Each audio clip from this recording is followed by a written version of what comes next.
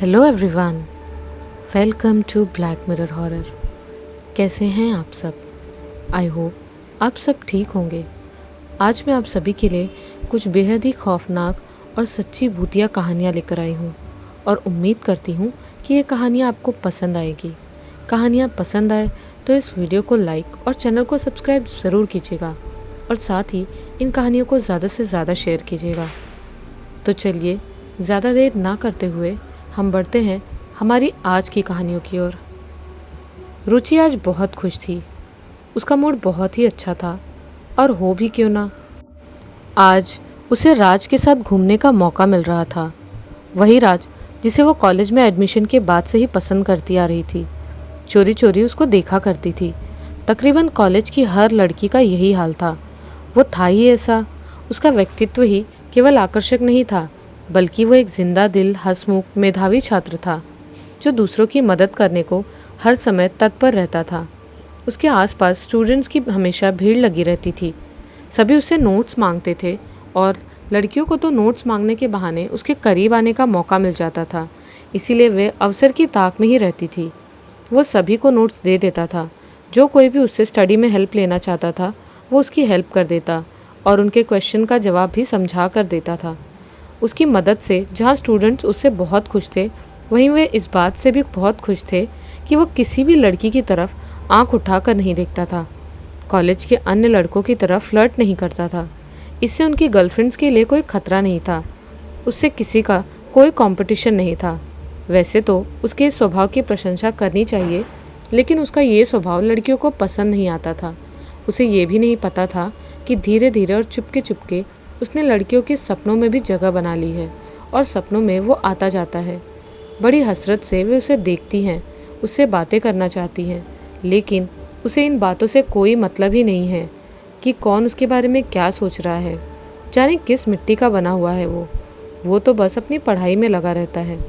College की लड़कियों को बहुत धक्का लगा जब उन्हें पता चला कि वो उनके ही कॉलेज की लड़की रुचि की तरफ आकर्षित हो रहा है। कॉलेज में लेक्चर्स के दौरान जब उनकी निगाहें राज पर होती तो राज की निगाहें रुचि पर होती। जब रुचि को सर्वप्रथम इस बात का एहसास हुआ तो उसका दिल खुशी से उछलने लगा। वो तो जाने कब से चोरी चोरी राज की तरफ देखा करती थी और मन में सोचा करती थी कि काश ये मेरा होता। शायद उसके दिल की पुकार भगवान ने सुन ली। और ऐसे ही एक दिन जब वो अपनी आदत से मजबूर होकर राज को चोरी चोरी देख रही थी कि ये देखकर वो मन ही मन खुशी से झूम उठी। राज भी उसको चोरी चोरी देख रहा है। अचानक ही दोनों की नज़रें टकराई तो राज को लगा कि उसकी चोरी पकड़ी गई है, तो वो बुरी तरह से झेप उठा। उसका इस कदर झेपना और लड़कियों की तरह शर्मा कर चेहरा घुमा लेना रुचि को बहुत भाया। उसकी ये अदा रुचि के मन में उतर गई। नज़रों की ये लुका छुपी बहुत दिनों तक चलती रही। दिल के तार जुड़े हुए थे। रुचि को भी पता चल गया था कि राज उसके बारे में सोचता है। राज भी ये जानता था कि रुचि उस पर मरती है। पहले पहले प्यार के एहसास में दोनों को ही ये खेल बहुत अच्छा लग रहा था, लेकिन अभी तक दोनों में से किसी ने भी इजहार नहीं किया था। लेकिन आलम अब ये था कि दोनों ही कॉलेज में पहले पहुंचते। उनके बीच में बातचीत का सिलसिला भी शुरू हो गया था। इस वक्त में उन्हें बातें करने का मौका मिल जाता, लेकिन अपने दिल की बात कहने में दोनों ही हिचकते थे। किसी की भी हिम्मत नहीं होती थी कि अपने मन की बात कर सके। तभी बीच में ये कॉलेज का टूर आ गया। उसमें कॉलेज के सभी स्टूडेंट्स जा रहे थे। राज भी जा रहा था। रुचि के लिए खुशी का मौका बनकर आया। आज वो राज के साथ बाहर जाएगी। इस एहसास से मन ही मन में वो बहुत खुश थी। शायद उसको वहाँ बातें करने का मौका मिल जाए। अगर मिला तो आज वो अपने मन की बात कह देगी। हालांकि उसने राज से ये बातें नहीं की थी, लेकिन इधर कई दिनों से वो मन ही मन में सपनों में उसके साथ बहुत सी बातें कर चुकी थी। दिल से तो वो राज से बहुत ही ज़्यादा जुड़ चुकी थी। अपनी बात कहकर अब वो आज राज के मन की बात भी जानेगी, उससे भी पूछेगी। उसने पूरी अलमारी उलट पुलट डाली, पर उसके मन के कोई कपड़े ही नहीं मिल रहे थे। कभी कुछ पहनती, कभी कुछ। कपड़े पहनकर शीशे के सामने खड़ी होती, फिर उतार कर रख देती। आखिरकार उसने पीले रंग का टॉप, काले रंग की जीन्स और बालों में पीले रंग का खूबसूरत क्लचर लगाकर फिर शीशे में देखा और मन ही मन मुस्कुराई। अभी कुछ बाकी था। आंखों में लाइनर, होठों में लिपस्टिक लगाकर उसने फिर शीशे में देखा। इतनी देर से उसकी इस नाटकबाजी को जो उसकी माँ देख रही थी अब बर्दाश्त नहीं कर पाई। उन्होंने उसे डांटा, टूर में जा रही हो? कहीं किसी शादी बारात में तो नहीं जा रही? तुझे तो लड़के वाले देखने आ रहे हैं क्या? इधर तुम सिंगार पटार करती रह जाओगी, उधर टूर की बस निकल जाएगी। रुचि कॉलेज में पहुंची तो वास्तव में उसे बहुत देर हो चुकी थी। अगर थोड़ी देर और न पहुंचती तो बस छूट ही जाती। अनन्या उसकी तरफ लपकती हुई आई। तेरा फ़ोन ही नहीं लग रहा था। कई बार तुझे फ़ोन कर चुकी हूँ, कहाँ रह गई थी? इतनी देर कर दी। फिर उसकी तरफ देखकर बोली, ओह तभी। आज तो गजब ढा रही है। आज तो राज मर ही मिटेगा। क्या तू भी? रुचि ने झेपते हुए कहा, कुछ भी बकती रहती है।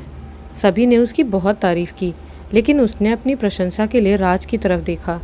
राज ने भी अपनी नज़रों ही नज़रों में उसे सराहा। बस सड़क पर दौड़ी जा रही थी। आज सभी छात्र आज़ादी महसूस करते हुए मस्ती के मूड में थे। अंताक्षरी चल रही थी। गाते बजाते सफ़र बहुत ही खुशी से कट रहा था। रुचि के साथ अनन्या बैठी थी। उसी के बराबर में दूसरी लाइन में राज प्रकाश के साथ बैठा था। जहाँ अनन्या और प्रकाश खिड़की के साइड में थे, वहीं राज और रुचि दाएं बाएं और करीब आ गए थे। विचार था दिल्ली के ऐतिहासिक स्थलों को घुमाने का। 2 घंटे का सफ़र ही बीत पाया था कि ड्राइवर ने ब्रेक लगाकर झटके से बस को रोका। अचानक बस रुकने से सभी को ज़ोरदार झटका लगा। सब एक दूसरे की ओर प्रश्नवाचक दृष्टि से देख रहे थे कि क्या हुआ, लेकिन पता किसी को कुछ नहीं था। ड्राइवर बस रोककर नीचे उतरा। फिर थोड़ी देर में हैरानी से बस में चढ़ता हुआ बोला, अभी मुझे लगा कि बस के सामने कोई लड़का आ गया है, इसीलिए मैंने बस को रोका था। लेकिन मैंने देखा वहाँ तो कोई नहीं है। मैंने आसपास भी देखा, लेकिन कहीं भी कोई भी दिखाई नहीं दिया। मैंने उस लड़के को साफ बस के सामने आते हुए देखा था। वो वापस अपनी ड्राइविंग सीट पर बैठकर बस को स्टार्ट करने लगा, लेकिन बस स्टार्ट नहीं हुई। बहुत देर तक वो कोशिश करता रहा। अपनी समझ में उसने सारी कोशिशें कर ली। नीचे उतरकर बस को चेक किया, लेकिन पता भी नहीं चल रहा था कि क्या खराबी है। अब क्या हो सकता था? आसपास सड़क के दोनों तरफ खेत थे, कहीं गन्ना और कहीं गेहूं खड़ा था। यह आम का बाग था। सभी प्रोफेसर और छात्र चिंता में डूब गए। कंडक्टर और बस ड्राइवर फ़ोन करके अपने स्टाफ को सूचना देने लगे। इस बीच कंडक्टर ने कहा कि मैं यहाँ आसपास के गांव में देखता हूँ, कुछ दूर पर कुछ गांव दिखाई दे रहे हैं, शायद वहाँ से कुछ मदद मिल जाए। कंडक्टर अपने साथ 2 लोगों को लेकर मदद की तलाश में गांव की तरफ चल दिया। सभी छात्र नीचे उतर आए। थोड़ी देर तो वे वैसे ही बैठे रहे, फिर इधर उधर घूमने लगे। प्रोफेसर ने उनसे कहा, बच्चों ज़्यादा दूर मत जाना। नहीं सर, हम यहीं हैं। छात्र बेफिक्र थे। राज और रुचि भी वहीं सड़क के किनारे एक चबूतरे के पास जाकर खड़े हो गए। आसपास और भी छात्र टोली में फैले हुए थे। वाह, कितना सुंदर सीन है, कितना अच्छा लग रहा है, अनन्या ने कहा। थोड़ा आगे बढ़ गई। यहाँ थोड़ी थोड़ी दूर पर चबूतरे से बने हुए हैं, शायद बड़ा सा मैदान है या खेत है। लंबी लंबी घास उगी हुई है। राज, रुचि ने कहा। राज, मैं तुमसे कुछ कहना चाहती हूँ। राज किन्हीं विचारों में खोया था, चौंक कर बोला, हाँ कहो रुचि, क्या कहना चाहती हो? वो मैं ये कह रही हूँ कि मैं तुमसे। रुचि को हिचकिचाते देखकर राज ने उसकी बात काटी और बोला, हाँ कहो कहो, क्या कहना चाहती हो? हाँ, मैं तुमसे ये कह रही हूँ कि मैं। अचानक ऐसा लगा जैसे उन दोनों के पास कोई साया खड़ा है। रुचि चौंक पड़ी। उसने घूमकर देखा तो कोई नहीं था। कोई था यहाँ, तुमने देखा राज? रुचि ने घबराई आवाज़ में पूछा। मैंने तो किसी को नहीं देखा। क्या बात है, तुम कुछ घबराई सी क्यों लग रही हो? राज उसे आश्चर्य से देख रहा था। राज, कोई था यहाँ, अभी मैंने देखा। राज उसे तसल्ली देते हुए बोला, शायद तुम घबरा रही हो, यहाँ बस खराब हो गई है इसीलिए। लेकिन घबराओ मत, अभी सब ठीक हो जाएगा। यहाँ कुछ भी नहीं है। हाँ बताओ, तुम क्या कहना चाहती थी? उसके चेहरे पर बेचैनी सी थी। जो बात वो इतने दिन से सुनना चाहता था, आज रुचि उसी बात को कहने जा रही थी और राज सुनने को बेचैन था। रुचि थोड़ा संभल गई थी।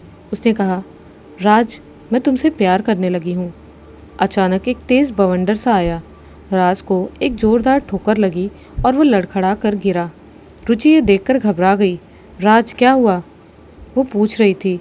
राज के मुंह से आवाज़ नहीं निकल रही थी। रुचि, ऐसा लगता है जैसे मुझे किसी ने धक्का मारा। राज बहुत घबरा गया था। रुचि को वहाँ एक साया खड़ा दिखाई दे रहा था। भागो राज, यहाँ से भागो। दोनों इतना डर गए थे कि एकाएक वे भाग भी नहीं सके। हिम्मत बटोर कर वे भागकर सड़क पर आ गए। अपनी उखड़ी हुई सांसों को नियंत्रित करने लगे। उनके चेहरे पर दहशत झलक रही थी। कंडक्टर लौट कर आ गया था। उसे निराशा ही मिली थी। गांव में कोई मैकेनिक नहीं मिला, लेकिन गांव के एक दो लोग ज़रूर साथ में आए थे। उन्होंने आकर बताया, अक्सर यहाँ आकर सवारियाँ बंद हो जाती है साहब। आपको लगता है कि आपके बस के सामने कोई टकराया तो ज़रूर कोई आत्मा होगी या कोई जिन होगा। उसकी इस बात को सुनकर सभी छात्र हंसने लगे। प्रोफेसर भी व्यंग से मुस्कुराने लगे। इस बात से ग्रामीणों को अपनी ये बात तौहीन लगी। उन्होंने कहा, नहीं मानते ना साहब, तो कोई बात नहीं, मैं तो इसीलिए कह रहा हूँ। ये पास में ही कब्रिस्तान है, तो यहाँ जिन आसपास मंडराते ही रहते हैं। उनके चपेट में जो आ जाए। कब्रिस्तान? चौंक कर राज और रुचि ने एक दूसरे की ओर देखा। और क्या, देखो ना, ये किनारे से ही तो देखो, ये यहाँ पे दिख रहा है।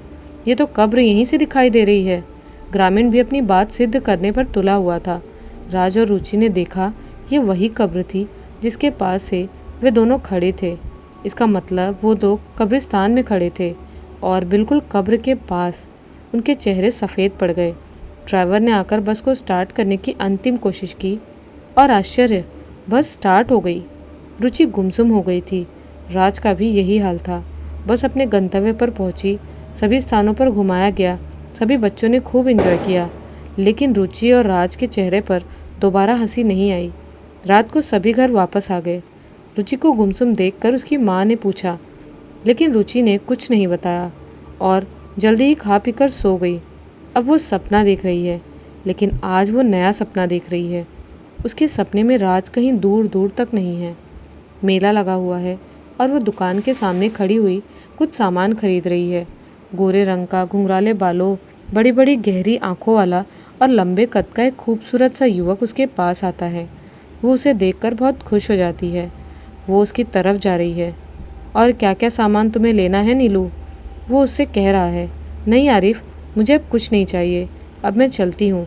घर पर मेरी सब राह देख रहे होंगे। अम्मी से पूछ कर आई हूँ। अब्बू को नहीं मालूम कि मैं यहाँ आई हूँ। उन्हें मेरा घर से निकलना बिल्कुल पसंद नहीं। अगर पता चल गया तो मेरी फिर खैर नहीं। अच्छा ठीक है नीलू, मैं तो कभी नहीं चाहूँगा कि तुम्हें मेरी वजह से डांट पड़े, लेकिन देखो तो मैं तुम्हारे लिए क्या लाया हूँ। चुपके से वो अपनी मुट्ठी खोलता है और उसमें एक जगमगाता हुआ ब्रेसलेट को देखकर नीलू खुशी से उछल पड़ती है। वो बहुत खुश हो जाती है। इतना सुंदर ब्रेसलेट, यही मेले से लिया तुमने? तुम भी बिल्कुल पागल हो।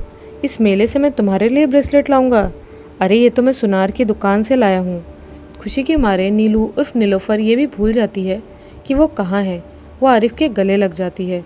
तुरंत ही होश आने पर कि वो मेले में है, वो शर्मा कर भाग जाती है।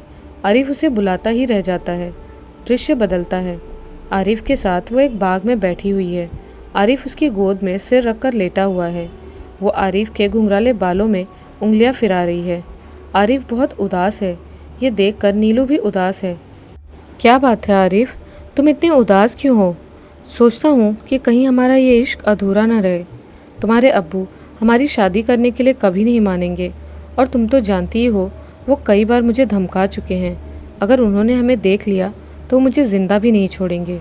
वो बड़े आदमी हैं और साथ ही उनका दबदबा भी चलता है। तुम्हारे भाई भी तो मुझे पसंद नहीं करते, और तुम्हारे भाई कितने दबंग है ये तो तुम खुद ही जानती हो। उसकी आंखों में देखते हुए आरिफ कह रहा है।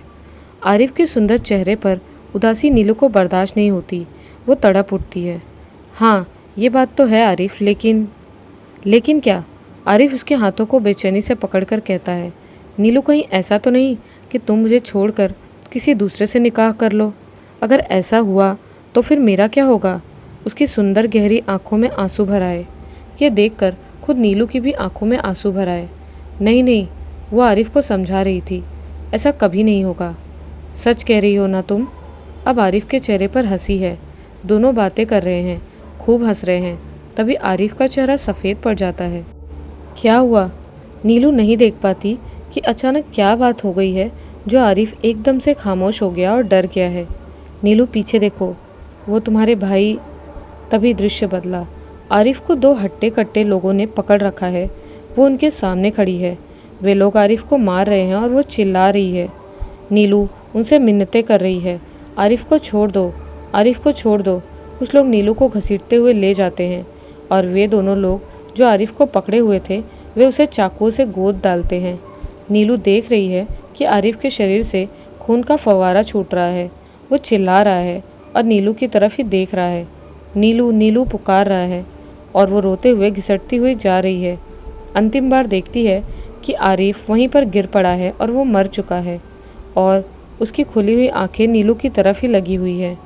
वो बहुत ज़ोर से चिल्लाती है, आरिफ। तभी उसकी आंखें खुली। उसकी मम्मी उसे झकझोर रही थी। क्या हुआ रुचि? क्या हुआ? क्या कोई बुरा सपना देखा? हाँ मम्मी, रुचि फूट फूट कर रो रही थी। मैंने बहुत ही डरावना सपना देखा है। दूसरे दिन रुचि के दिल दिमाग पर आरिफ का सपना छाया रहा। अब ये सिलसिला बन गया था। रुचि सोती तो वही सपने देखने लगती। कहीं आरिफ के साथ घूमने जा रही है, कहीं आरिफ से बातें कर रही है। अब दिन में भी उसके दिलो दिमाग पर आरिफ ही छाया रहता था। वो आरिफ के ख्यालों में खोई रहती थी। उसे किसी के भी बातें अच्छी नहीं लगती थी। उसकी मम्मी ज़बरदस्ती उसे कॉलेज में भेजती तो वहाँ भी वो पढ़ाई नहीं करती। वहाँ भी आरिफ के ख्यालों में डूबी रहती। राज उसके पीछे पीछे घूमता था, उसे बातें करना चाहता था, लेकिन वो राज से बातें नहीं करती थी। हर समय उसके सामने आरिफ का सुंदर चेहरा घूमता रहता था। रुचि के घर वाले बहुत परेशान थे कि उसका क्या हाल होता जा रहा है। अब तो ऐसा अक्सर होने लगा था कि वो दिन में सोती, दिन में भी सपने देखने लगती और चीखने लगती। उसकी हालत ख़राब होती जा रही थी। खाना पीना भी उसने लगभग छोड़ दिया था। सभी डॉक्टरों से उसका इलाज कराया जा चुका था, लेकिन कोई भी डॉक्टर उसे ठीक नहीं कर सका। उसे क्या बीमारी है कोई भी पता नहीं लगा पा रहा था। रुचि की माँ भी उसके साथ साथ रोती रहती थी कि मेरी बेटी को क्या होता जा रहा है। तभी किसी ने तांत्रिक भैरव के बारे में बताया तो तांत्रिक भैरव से संपर्क किया गया। उनको बुलाया गया। अपनी सारी सामग्री लेकर वो वहाँ आ गए। उन्होंने अपना अनुष्ठान प्रारंभ किया। उन्होंने मंत्रों का जाप शुरू किया तो जैसे वहाँ जलजला आ गया।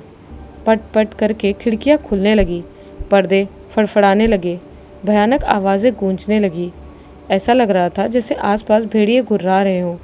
बड़ा ही भयानक वातावरण बन गया। तांत्रिक धुनी में बराबर कुछ डालते जा रहे थे और मंत्र पढ़ते जा रहे थे। उनमें से धुआं उठ रहा था। उन्होंने गरजते स्वर में मंत्र पढ़ा और आत्मा का आवाहन किया। थोड़ी देर बाद सबने आश्चर्य से देखा कि एक साया मंडराता हुआ आया और आसपास चक्कर काटने लगा। तांत्रिक भैरवनाथ ने एक गोल घेरा बनाया और उसके बाद लाल लाल आंखों से देखते हुए उन्होंने धुनी में हवन सामग्री को डालना शुरू किया। थोड़ी ही देर में कराहने की आवाज़ आई और देखा कि उस गोल घेरे में कोई आकृति थी। बोल, भैरवनाथ ने उससे कहा, तू उसके पीछे क्यों पड़ा है? मैं इसके पीछे इसीलिए पड़ा हूँ कि ये मेरी नीलू है, नीलोफर, और मैं आरिफ हूँ। मैं इसको चाहता था लेकिन इसके भाइयों ने मुझे मार डाला। मैं तो वहीं सो रहा था, सालों गुजर गए, मेरी हत्या हुई तो नीलू ने भी आत्महत्या कर ली। नीलू को तो जन्म मिल गया लेकिन मुझे प्रेत योनि मिली। तब से मैं नीलू का इंतज़ार कर रहा हूँ। मुझे नीलू नहीं मिली, लेकिन कल इसने मेरी मज़ार के पास खड़े होकर मुझे जगाया। अब मैं इसे अपने साथ ही लेकर जाऊँगा। तू ऐसा नहीं कर सकता। तू प्रेत बन चुका है, तू मर चुका है। ये जीवित है। जीवित इंसान किसी आत्मा से मेल नहीं कर सकती। हो क्यों नहीं सकता है? मैं इसे भी आत्मा बना दूंगा। तू कुदरत के नियम को नहीं बदल सकता। तू ऐसा कैसे कर सकता है? जब तक इसका जीवन है उसे खत्म नहीं कर सकता।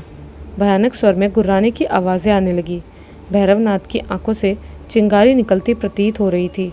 उन्होंने अपनी हवन प्रक्रिया और तेज़ की। थोड़ी ही देर में उस गोल घेरे से लपटें उठती हुई दिखाई दी और कराहने की आवाज़ आई। भैरवनाथ ने कहा, अब तेरी मुक्ति का समय आ गया है। माना तेरे साथ गलत हुआ था, लेकिन इसकी ज़िंदगी लेकर तू भी तो गलत करेगा और इस तरह से कुदरत के नियम को पलट कर तू मुक्ति नहीं पा सकता। तेरे लिए यही उचित है कि अब तुझे मुक्ति मिले। थोड़ी ही देर में सबने देखा कि वो आकृति सफ़ेद धुआं बनकर खिड़की के रास्ते चली गई और गायब हो गई। अब सब कुछ ठीक था। रुचि धीरे धीरे ठीक हो गई। वो अपनी पहले वाली स्थिति में आ गई थी। अब वो अपने कॉलेज को भी जाने लगी थी। इस बार उसके सामने राज ने स्वयं ही अपने प्यार का इजहार किया और कॉलेज की पढ़ाई समाप्त होने के बाद उनके माँ बाप ने उनकी शादी भी कर दी। तो चलिए अब सुनते हैं हमारी दूसरी कहानी, भूतिया बंगला। काले अंधेरे में डूबा वो बंगला बहुत भयानक लग रहा है। भुवन बंगले में है। बंगले से आती भयानक चीखों से वो बुरी तरह भयभीत है। अब वो बंगले से बाहर भाग रहा है। भयानक आवाज़ें उसकी चारों तरफ से घेरा डाल रही हैं। अब वो बंगले के लॉन में है। सनसन चलती हवाएं आंधी का रूप ले रही हैं। बादलों की गड़गड़ाहट से कानों के पर्दे फट रहे हैं। तभी कहीं कड़कड़ाती हुई बिजली गिरी और भुवन का कलेजा दहल उठा।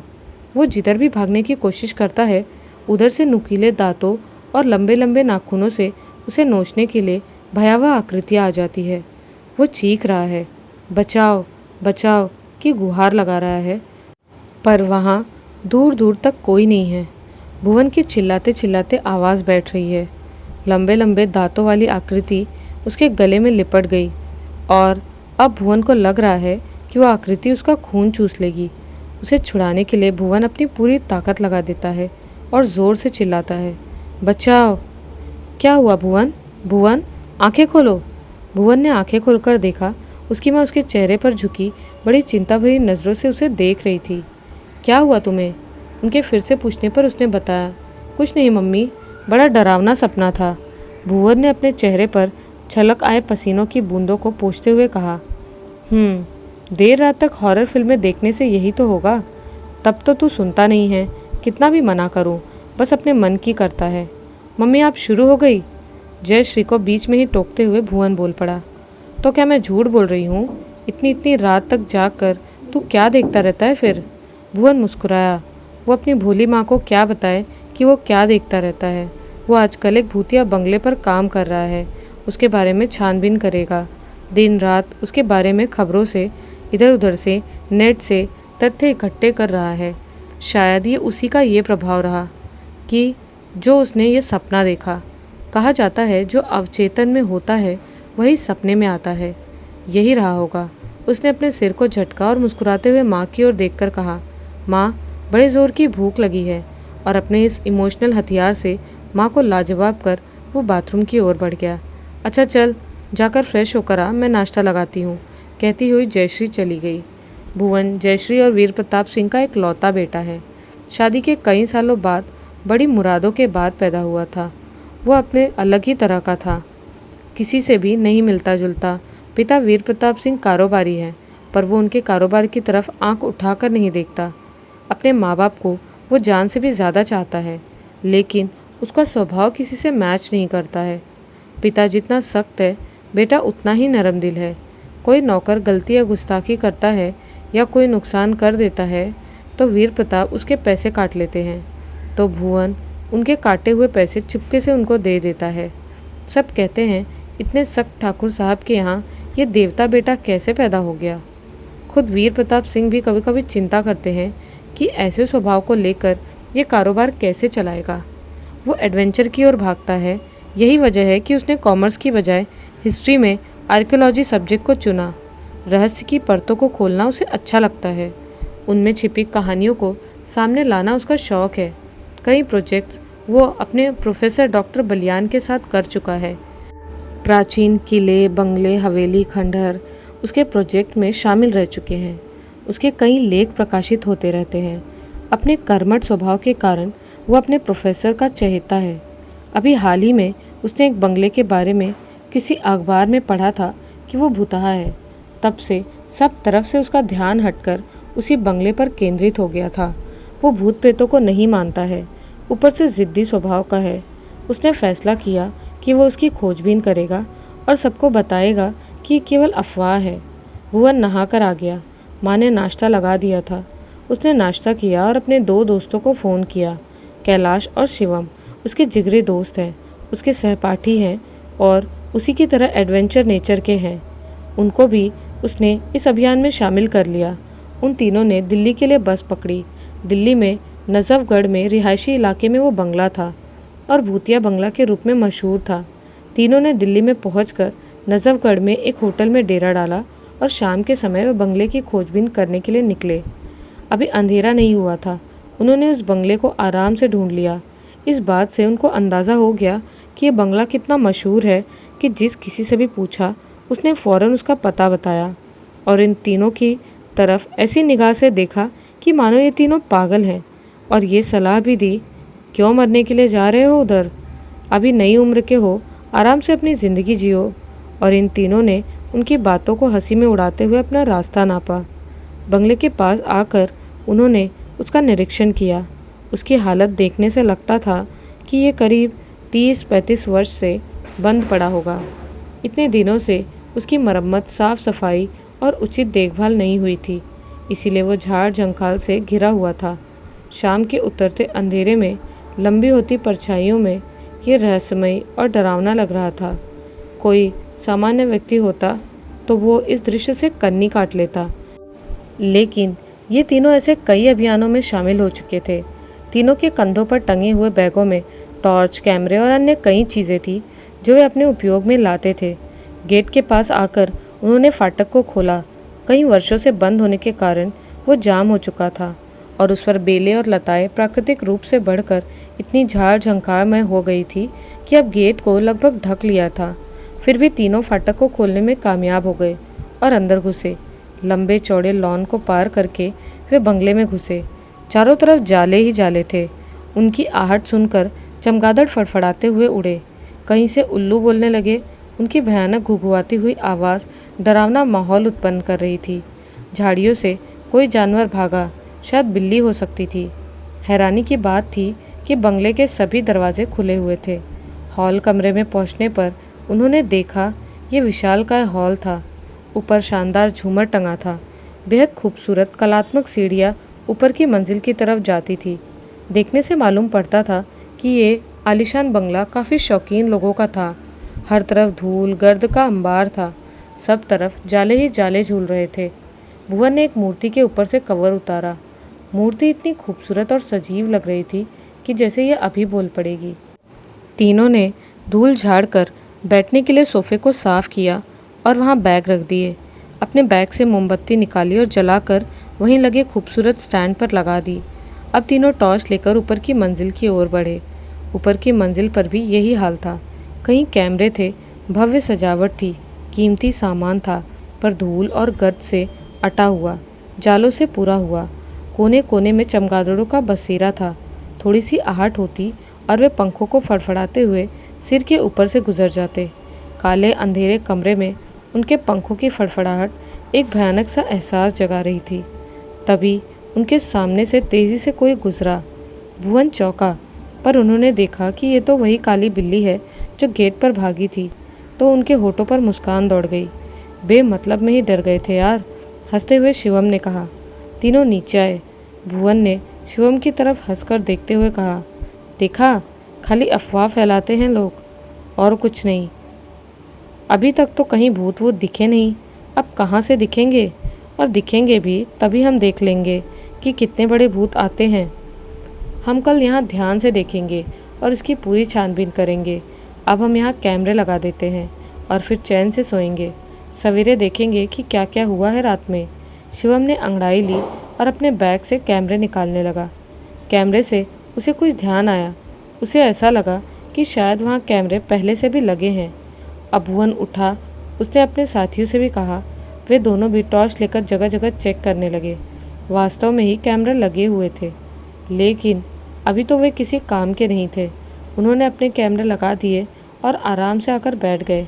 रात धीरे धीरे खिसक रही थी, लेकिन कहीं कोई आहट नहीं थी। बीच बीच में बिल्ली के रोने की आवाज़ और चमगादड़ के पंख फड़फड़ाने की आवाज़ें ही आ रही थी। रह रहकर उल्लू बोल रहा था। कुल मिलाकर साधारण लोगों के लिए तो माहौल भयानक था। तीनों आपस में सिर जोड़े हुए बातें कर रहे थे। कुछ स्नैक्स और बिस्कुट निकाल लिए थे, वही खा रहे थे। अचानक एक तेज़ चीख बंगले में गूंजी। शिवम, कैलाश और भुवन उन आवाज़ों की दिशा में भागे, पर उन्हें कहीं कुछ दिखाई नहीं दे रहा था। आवाज़ें सभी दिशाओं से आ रही थी। अब इस समय तीनों अलग अलग दिशाओं में थे। अचानक अपनी पीठ पर कुछ दबाव पाकर शिवम घूमा और उसकी चीख निकल गई। उसके पीछे एक लहूलुहान आदमी खड़ा था, जिसके माथे के बीचों बीच गोली लगी हुई थी, जो आर पार हो गई थी। वहाँ से खून रिस रहा था। उसका सिर भी लहूलुहान था। वहाँ से खून की धाराएं बह बहकर उसके चेहरे को भिगोते हुए पूरे शरीर पर बह रही थी। उसके बालों की लटें खून से चिपक कर चेहरे पर आ गई थी, जिससे उसका चेहरा बहुत ही भयानक लग रहा था। शिवम की डर के मारे खिड़की बंद गई। वो आदमी उसकी पीठ पर हाथ थपथपाकर बेहद सर्द और खरखराती आवाज़ में पूछ रहा था, कौन हो तुम? यहाँ क्या करने आए हो? वो कुछ नहीं। शिवम के मुंह से बस इतना ही निकला। उस आदमी ने खूनी आंखों से घूरते हुए अपने फौलादी पंजों से शिवम की गर्दन पकड़ ली। शिवम पूरी ताकत से चिल्लाया, बचाओ बचाओ। उसकी चीख को सुनकर कैलाश और भुवन दौड़ते हुए आए। उन्होंने उसे छुड़ाने की कोशिश की तो उस आदमी ने शिवम को छोड़ दिया। शिवम बेहोश हो गया और अब वो उनकी तरफ घूमा। भुवन और कैलाश बाहर को भाग खड़े हुए। वो रक्त रंजित आदमी तो गायब हो गया, लेकिन दरवाजे पर ऐसे ही लहूलुहान कई लोग खड़े थे। कैलाश तो उन्हें देखते ही बेहोश हो गया। अब अकेला भुवन बचा था। वो उन लोगों को तेजी से धक्का देते हुए बाहर भागा। अब वो बंगले के बाहर लॉन में था। बादल गरज रहे थे, बिजली कड़क रही थी, तेज हवा चलकर आंधी का रूप ले रही थी। उसे याद आया, ये तो वही सपना देख रहा है। सपना देख रहा है या ये हकीकत है? आसपास कई चीज़ें गूंज रही थी और ऐसा लग रहा था उसके आसपास कई आकृतियां मंडरा रही हैं जो धीरे धीरे उसे घेर रही थी। बड़ी जोर से कड़क कर कहीं बिजली गिरी। एक आकृति भुवन के गले में लिपट गई। उसे लगा अब उसकी ज़िंदगी समाप्ति की ओर है। वो चीख रहा था, बचाओ बचाओ। सब आकृतियों ने मिलकर उसे टांग लिया और वे वापस उसे फिर वही कमरे में लेकर आए, हॉल वाले कमरे में। भुवन हॉल के कमरे में बीचों बीच खड़ा हुआ था। उसने देखा कि सामने एक लड़की खड़ी है जो बेहद खूबसूरत है, लेकिन उसकी शक्ल खून से लथपथ होने के कारण डरावनी लग रही है। बेहद ठंडे स्वर में उसने कहा, आओ भुवन। अपना नाम उसके मुंह से सुनकर भुवन बहुत ज़ोर से चौंका। ये मुझे कैसे जानती है? हमने तुम्हें बुलाया है, तभी तुम यहाँ आए हो। उस खून से सराबोर लड़की ने कहा। मुझे बुलाया है? भुवन ने बड़े आश्चर्य से पूछा। हाँ, उस लड़की ने कहा। तुमने कैमरे लगाए हैं? अब हमारे कैमरे से देखो और सोचो कि हमने तुम्हें क्यों बुलाया है। पर मेरे दोस्त तो, कहकर भुवन रो पड़ा। घबराओ मत, तुम्हारे दोस्तों को कुछ नहीं हुआ। भुवन काठ की तरह जमकर वो देखने लगा। ये क्या? उसके सामने कुछ टीवी जैसा सीन चलने लगा। स्क्रीन पर उसके पिता वीर प्रताप किसी रूपदार आदमी के साथ दिखाई दे रहे हैं। वीर प्रताप उसे सुभान सिंह के नाम से संबोधित कर रहे हैं। पास ही एक खूबसूरत लड़की खड़ी है।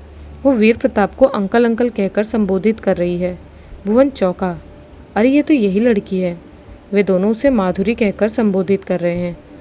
वीर प्रताप और सुभान सिंह साथ साथ कहीं जा रहे हैं। उनकी बातों से लगता है दोनों बिजनेस में पार्टनर है। वीर प्रताप ने बेईमानी की है और उसी बात पर झगड़ा हो रहा है। अचानक वीर प्रताप ने सुभान सिंह को पत्थर से वार करके घायल कर दिया और वो उस पर बराबर वार किए जा रहा है। फिर उसने उसे गोली भी मार दी। वीर प्रताप घर आकर अपने दोस्त की बेटी माधुरी को भी नहीं छोड़ता। उसकी माधुरी पर नीयत खराब थी। वो पहले उसके साथ ज़बरदस्ती करता है, फिर उसको भी बेदर्दी से मारता है। इसके बाद उसके सामने जो भी आता है उसे मार देता है। फिर वीर प्रताप मोटी रकम देकर कानूनी कार्रवाई से बच जाता है। इसके बाद सारा दृश्य गायब हो जाता है। भुवन ये सब देखकर सकते में हक्का बक्का होकर वहीं बैठा ही रह गया। अब उसने देखा कि उसके सामने सुभान सिंह, उसकी पत्नी, बेटी माधुरी और सारे नौकर खड़े हुए हैं। मौत से भी ठंडी आवाज़ में उस रक्त रंजित आदमी यानी सुभान सिंह ने कहा, सारी कहानी तुम्हें पता चल चुकी है। तुम्हारा बाप हम सब लोगों का हत्यारा है। वो मेरे सारे कारोबार का सत्यानाश करके पैसे लूट ले गया। हमको धोखा दिया। जब मैंने विरोध किया तो हमारे पूरे परिवार को ख़त्म कर दिया। मोटी रकम देकर उसने कानून से अपना पल्ला झाड़ लिया। अब हम न्याय के इंतज़ार में हैं। जब तक हमें न्याय नहीं मिलेगा तब तक हमारी आत्मा को चैन नहीं मिलेगा। अब फैसला तुम्हारे हाथ में है। सभी लोग अब दिखाई देने बंद हो गए थे। शिवम अपनी गर्दन सहलाता हुआ वहाँ आ गया। कैलाश को भी होश आ गया। वे दोनों भी वहीं आ गए। उन दोनों को सही सलामत देखकर भुवन की जान में जान आई। अब वो बहुत सदमे में और गहरे सोच विचार में डूबा हुआ था। अब तक सवेरे के 3 बजे का समय हो गया था। 1-2 घंटे बाद वे लोग चुपके से वहाँ से निकल गए। अगले दिन के समाचार पत्र में सनसनीखेज खबर थी, मशहूर कारोबारी वीर प्रताप सिंह गिरफ्तार। भुवन ने सारी बातें थाने में जाकर बताई थी और अपने पिता के खिलाफ रिपोर्ट दर्ज कराई थी। पुलिस ने छापा मारा तो कई सबूत मिले। वीर प्रताप ने उन सब की लाशों को बंगले में ही लॉन में गाड़ दिया था। उनके सबके कंकाल बरामद हुए। वीर प्रताप जेल जा रहा था। भुवन उसे देखकर फूट फूट कर रोने लगा और अपने पिता के पैर छूते हुए बोला, डैडी, मुझे माफ़ करना, मैं आपको जान से भी ज़्यादा चाहता हूँ, लेकिन क्या करूँ, मेरी इंसानियत अभी इतनी नहीं मर पाई थी। वीर प्रताप ने उसकी पीठ को थपथपाया और पुलिस जीप में जाकर बैठ गया। कैसी लगी आपको ये कहानी? हमें कमेंट्स में ज़रूर बताइए। मिलती हूँ एक नए वीडियो में कुछ नई और डरावनी कहानियों के साथ। तब तक के लिए बाय एंड टेक केयर।